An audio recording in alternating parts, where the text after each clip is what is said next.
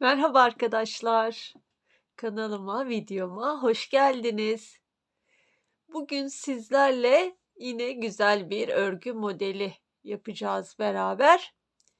Modelimiz, hem kız bebek örgülerine, çocuk örgülerine ve büyük yeleklerine, çeyizlik yeleklerine de çok güzel uyacak bir model. İlk önce bebek yeleklerine diye başladım. Bebe yünüyle başladım. Ördükçe dedim bebek yeleklerinde de çok güzel durur ama büyük yeleklerde de çok güzel duracak bir model diye. Bir de angora iple denedim. İkisiyle de denedim. Çok güzel ve şık durdu. Lastik istemeyen bir model. Bunu örerken lastik yapmıyorsunuz. Ben size şöyle başladıklarımda göstereyim. Bakın ilk önce bunda başladım. Kalın ip. 4 numara şiş bu. Bebek yeleği etekten başlamalı diye düşündüm. Çok hoş durur. Elbiselerde, bebek çocuk elbiselerinde, süeterlerinde çok güzel duracak bir model. Bu 4 numarayla ve bebe yünüm kalın biraz. Bir de 3,5 numarayla şöyle bir çeyizlik yelek olarak düşündüm. Bakın çok da angora iple de gayet güzel durdu. Ortalarına kahve çekirdeği modeli, aralarına yani kahve çekirdeği modeli koydum. Bakın değişik bir teknikle başladım. Siz düzde başlayabilirsiniz. Kenar patı olarak bıraktım. İkisinde de bence çok güzel durdu. Hem bebek örgülerine hem de büyük örgülerine çok yakışacak bir örgü modeli. Şimdi size yine 3,5 numarayla bunu anlatmaya çalışacağım. Tek model olarak anlatacağım arkadaşlar. 18 tek modelimiz 18 ilmekten oluşuyor. Yani şöyle düşünelim. 18 ilmekten oluşuyor. 18, 18 olarak katları olarak ilerliyoruz modelimizi. Şimdi beraber yapım aşamalarına geçelim. Normal bir ip ama ince bir ipte göstereceğim size. İlk önce ben şu şekilde başladım. Tabii ki göstereyim şöyle size. Başlama. Şöyle biraz kalın olsun istedim. Başlangıcım bu şekilde durdu. İnce iple de şöyle durdu arkadaşlar. Güzel bir başlama tekniği. Tabii normalde başlayabilirsiniz. Ben şimdi size bunu göstereyim. Benim ipliğimi bir şöyle dıştan alıyorum. Bir içten alıyorum. Bu şekilde. Bir dıştan alıyorum. Atıyorum. Yine içinden geçiriyorum. Bir de şu şekilde içten alıyorum. Şöyle bakın 2-2 duruyor.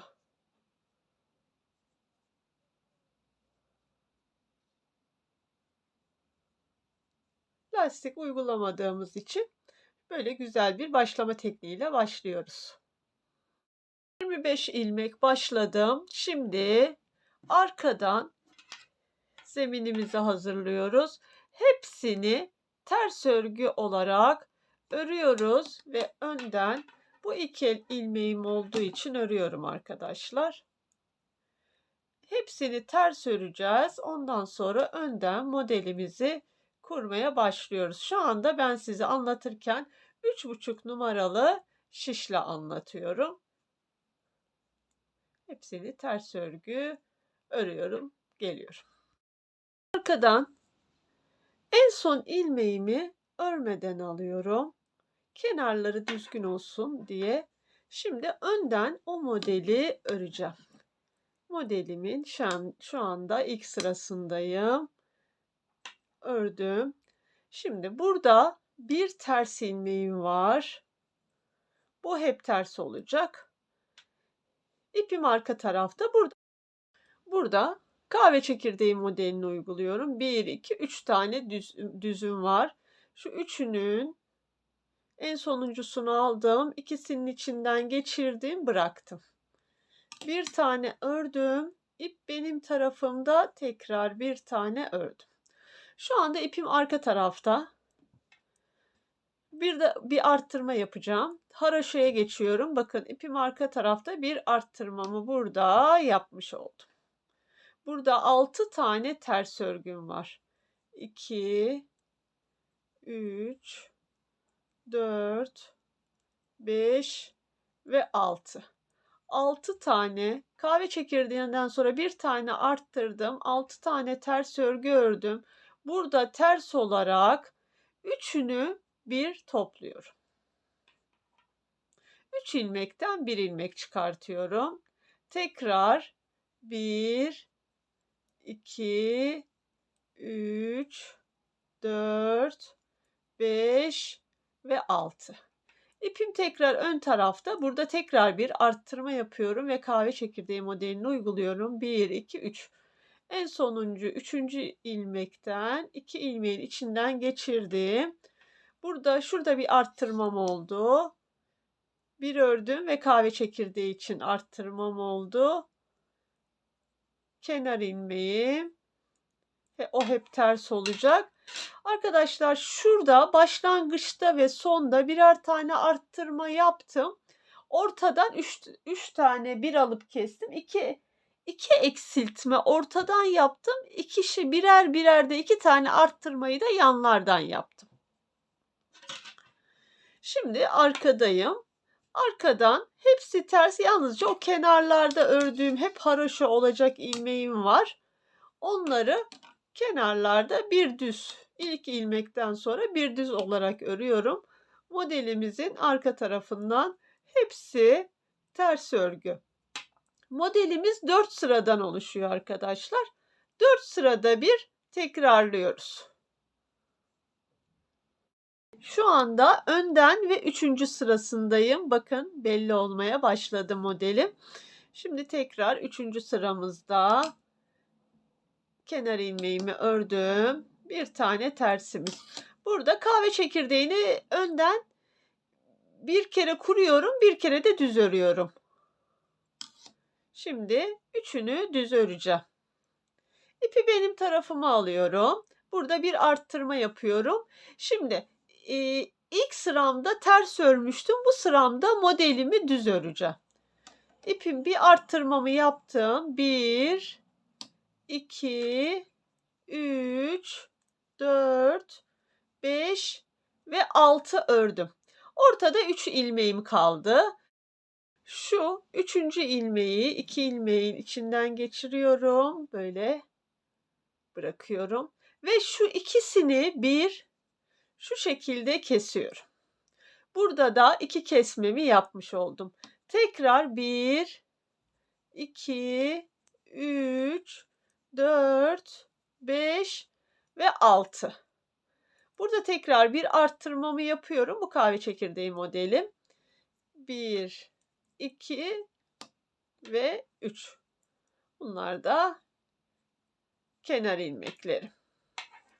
Arkadan yine aynı şekilde kenarlar hariç hepsini ters örgü örüp geliyorum. Bu modelimin şu anda 4. ve son sırası. Bundan sonra tekrar modeli tekrarlayacağız.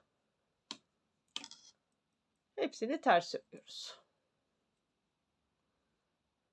Modelimizi bitirdik. 4 sıra ördük. Şimdi bakın şu iki kenarda kahve çekirdeği modelim.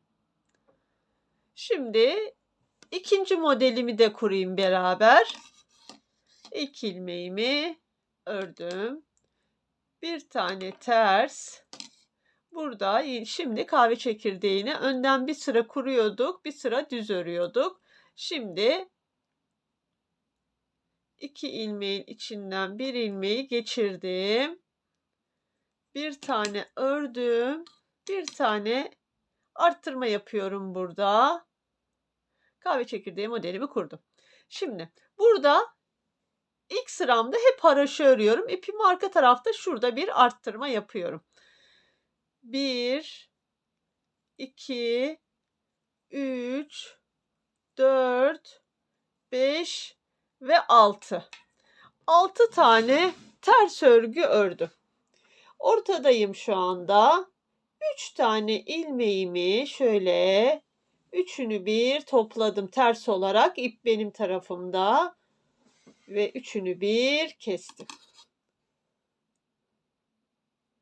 Tekrar 6 tane 1 2 3 4 5 6 modelimiz. İkinci modelimin ilk sırası. Şimdi kahve çekirdeğine geçtim. İp benim tarafımda bir arttırma yapıyorum. Şu üçüncüyü ikisinin içinden geçiriyorum. Ve bir tekrar burada arttırma yapıyorum.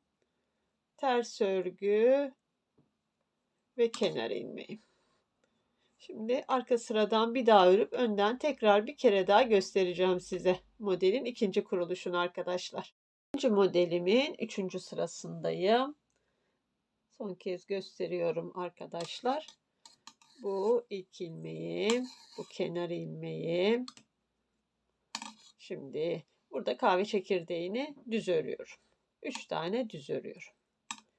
İpim şimdi ön tarafa alıyorum çünkü bu üçüncü sıramda hep düz yapacağım. 1, 2, 3, 4, 5 ve 6. 6 ilmek. Şimdi ortada 3 ilmeğim var.